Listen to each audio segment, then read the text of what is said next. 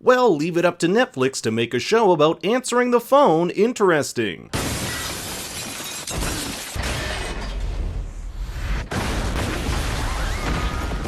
It hurts everywhere. Netflix's The Night Agent is a 10-part political thriller based off the book by Matthew Quirk, and in this video we'll be taking a look at all its twists and turns and deep diving into its ending. So make sure to like and subscribe because here we go. The Night Agent follows Peter Sutherland Jr., an FBI agent who successfully foiled a bombing plot, making him both a hero and suspect. Conspiracy groups such as the Rome Tome believe Peter was somehow involved in the plot, especially considering his father, Peter Sutherland Sr., was arrested for being a spy. So to keep a low profile, Peter has agreed to take a job receiving calls for a secret program called Night Agent. In a windowless room beneath the White House, he keeps watch over a one-way telephone that connects the FBI with its agents around the world. Think of Peter as a glorified 911 operator. Little does he know that he's about to receive a call that will change his life forever. Meet Rose Larkin, the Night Agent's second main character who's just seen her multi-million-dollar cybersecurity firm collapse after a nefarious data breach. She's gone to live with her aunt and uncle, Emma and Henry, who unbeknownst to her are retired night agents who'd been secretly tasked by President Michelle Travers to look into that metro bombing Peter was involved with. They've uncovered that someone high-ranking within the White House was responsible for the attack, but before they can inform the president, 2 hitmen are ordered to take them out. Whoever wants them dead knows they're hot on their tracks and wants to tie up loose ends. It's here that Henry tells Rose to escape and gives her the number and code for the Night Agent, setting into motion a chain of events that will shake the very foundation of the presidency and beyond. The season's final episode begins with a flashback of young Peter playing basketball with his father when they're interrupted by the FBI. His father is arrested for treason and will later die before his name can be exonerated in court. This is the main driving force for Peter's character. He values the truth above all else and wants to prove that the allegations against his father were false. The truth is everything to me.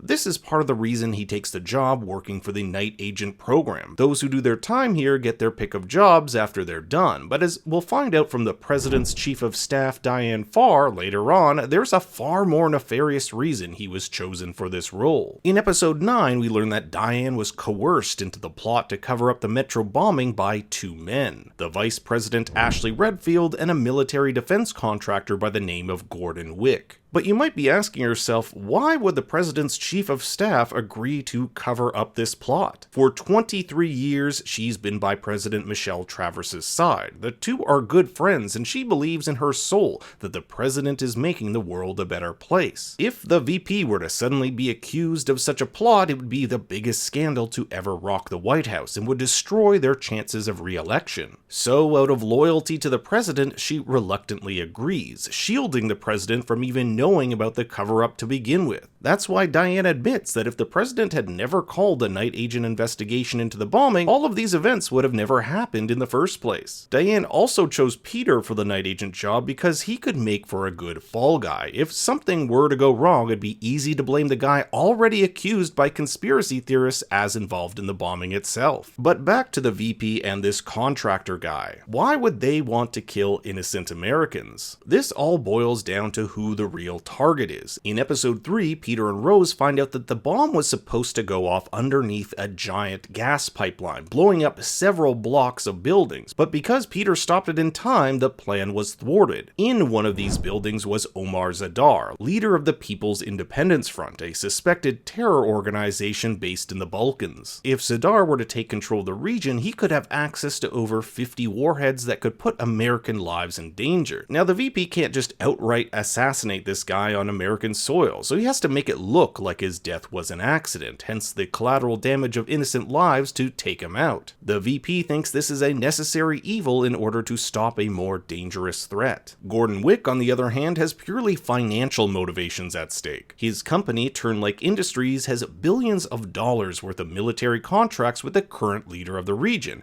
and if Zadar gains power, he can say bye-bye to that. So Gordon becomes this sort of muscle of the group who hires 2 hitmen hitmen Ellen and Dale to take care of loose ends, including Peter and Rose, who've started to piece together this plot. So by the time we get to the final episode, a second plot has been devised to take out Zadar once and for all, but this time it includes taking out the president herself. Now this second plot is all done in secret to Diane, who would never let them get away with killing the president, so she's iced out of this new plan, a plan which involves bombing the president and Zadar at Camp David. So Peter and Rose team up with Diane to stop this plot, which becomes a race against time. Meanwhile, the VP's daughter, Maddie, is brought along with her father. She's been on her own crazy journey this season, from being kidnapped, shot in the leg, and finding out her dad's been involved with the deaths of American civilians. She overheard her father talking about how he'll issue pardons, which is a power only granted to the president. This is how she finds out that her father plans to kill the president, thereby becoming the president himself. He'll bring his daughter down to an underground bunker to stay safe from the blast, but as we'll find out later, she doesn't want to be there. Maddie despises her father. As a child, he blamed her for the death of her younger sister who drowned in their pool, and for years gaslit her when in reality it was his fault for not keeping an eye on her. Now he's become this overprotective father because he's lost almost everything in his life, including his wife. Perhaps this ties into his psychology of why he agrees to this plot. It's better to be overprotective in order to avoid greater pain in the future. Working for the VP is this guy named Nathan Briggs. He's in charge of making sure the bombing is successful, which results in him shooting the head of Secret Service, Ben Almora, and even Diane Farr herself. The question then becomes, where is this bomb? Chelsea Arrington, the Secret Service agent assigned to Maddie, knows that it's probably in this case. She's never seen these agents before, therefore they must be one of the VP's men.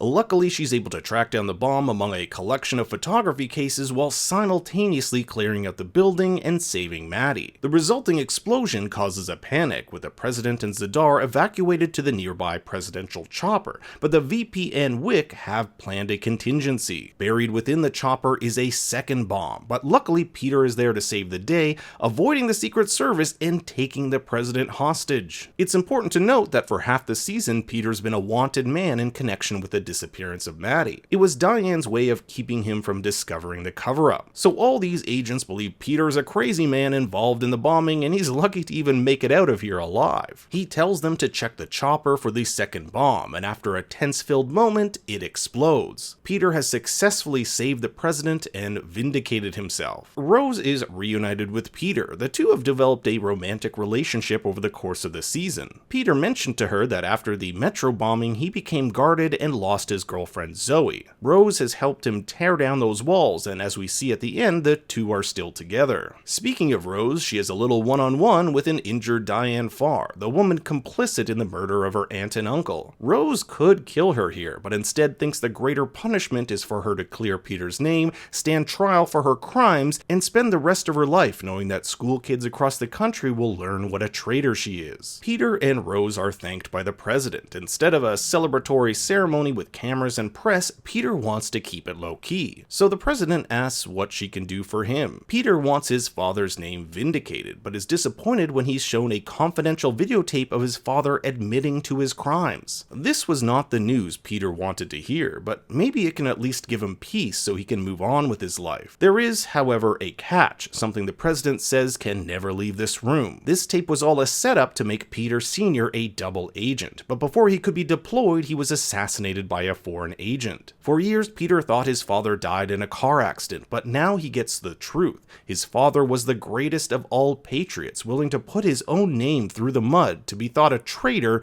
to better serve his country. Chelsea's heroism also gets her dream promotion to become a Secret Service agent to the president. She'll later meet with Maddie, who for years had her life controlled by her father, starting to take control of her own life. She wants to travel abroad and learn to take care of herself. Other than the VP being put on trial, there's not quite a lot we know about his fate, but it's fairly certain he'll be going away for life for what he did. Then there's the question of Gordon Wick, that military contractor. The president says he's MIA, which might tie into Peter's new job. At the end of the season, Peter is offered an actual night agent role. He's sent off to his first gig somewhere overseas, and I'm wondering if it could be in search of Gordon Wick. All we see is this night action mission brief, but there are no clues here that could tell us what happens in season 2. Rose also mentions she'll be back in California starting up a new cybersecurity company, something that will undoubtedly come in handy should Peter need some technical know-how. Now, there aren't any other Peter Sutherland novels by Matthew Quirk, so if there was a season 2 involving these characters,